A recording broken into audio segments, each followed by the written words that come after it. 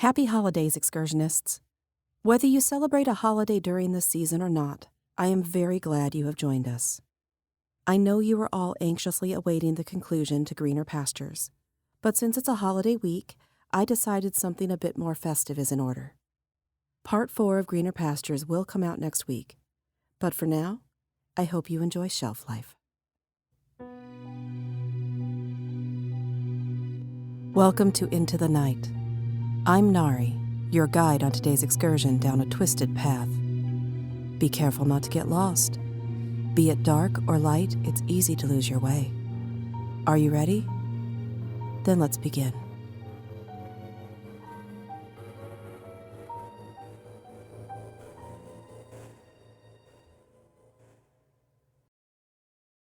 Shelf Life. Frankie stoked the coals and put another log on the fire. He was tired, and the grind of getting back to work caught up with him as heavy shadows painted the view from his cabin window. He'd returned from vacation a few weeks ago, and as he'd gazed into the distance, he remembered the warmth of the Florida sun and the sound of waves crashing outside the beach house, his usual getaway spot. Still, as much as he'd enjoyed his yearly southern excursion, this was home. His hosts at the Florida Bed and Breakfast wouldn't understand the draw, he doubted. Howling wind, feet of snow, and sub-zero temperatures turned a lot of people off. Not Frankie, though. He came from pioneer stock. His family settled here generations ago, and they'd adapted well.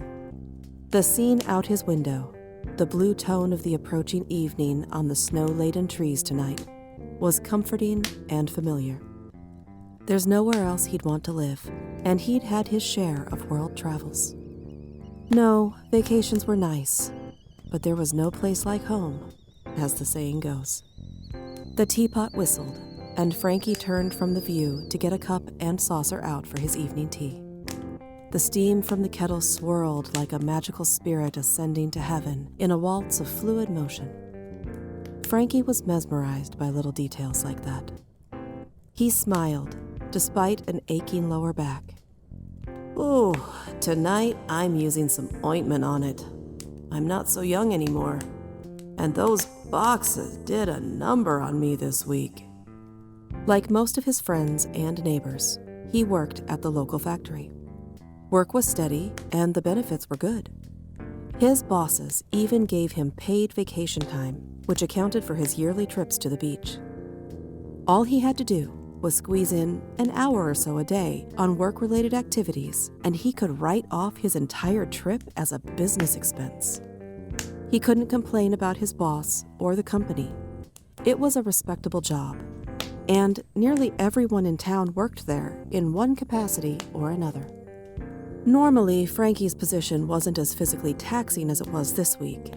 The annual inventory and retooling took place at this time, and that meant all hands on deck. Everyone from the first-year rookie to the general manager rolled up their sleeves and assisted in counting, packing, and cleaning. They all dreaded this difficult, but necessary time. This slowdown of sorts at work was nothing compared to the adventures Frankie had while traveling.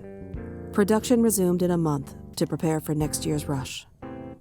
As boring as January was at work, Frankie and his friends accepted the fact that it had to be done.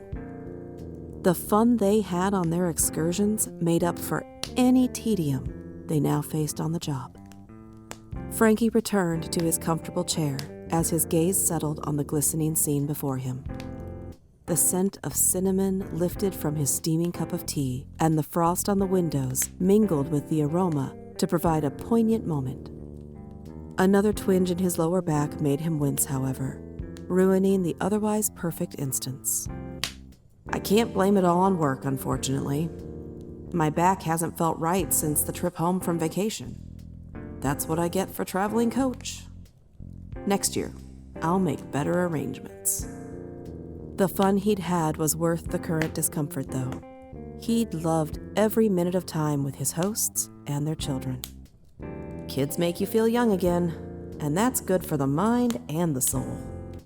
The fire crackled, and another hour dwindled by while the blue cast of the snow outside his window faded into a velvet black. The clock chimed, and he knew it was time to crawl under the quilts and go to sleep.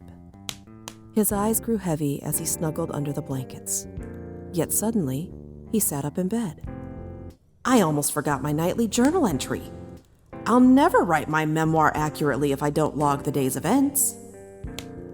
Opening the drawer to his nightstand, Frankie retrieved his diary and favorite pen. The leather cover felt good in his hands, and his heart leapt at the working title he'd given it. Shelf Life. I've always loved a good turn of phrase, and I think this book has potential. After all, what other elf has revealed the inside story of his life as an elf on the shelf? I'm sure I can get a contract with one of the big 5 publishers with this one. He quickly scribbled down today's entry, then yawned, and turned out the light. He fell asleep with the satisfaction of knowing he was working on something big.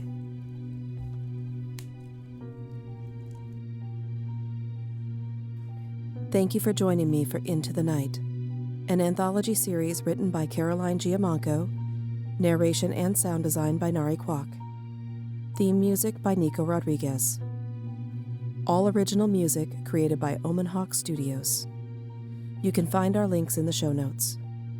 Don't forget to like and subscribe on your favorite podcast directory, as well as leave a 5-star review. Your reviews help other excursionists to find and join us. See you next time. And remember, whether in the shadows or in the daylight, all twisted paths take you into the night. Into the Night is a Creative Typo Entertainment production. Make sure to visit our website at www.intothenightpod.com to keep updated on the latest excursions, and while you're there, check out some of the other shows in the Creative Typo family.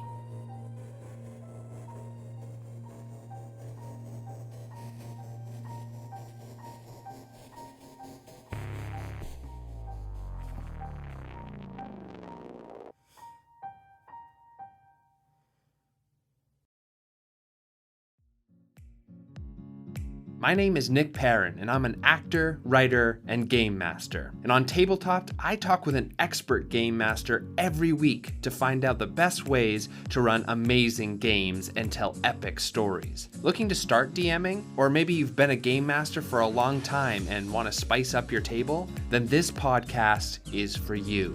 Tabletop is released on Mondays wherever you get your podcasts.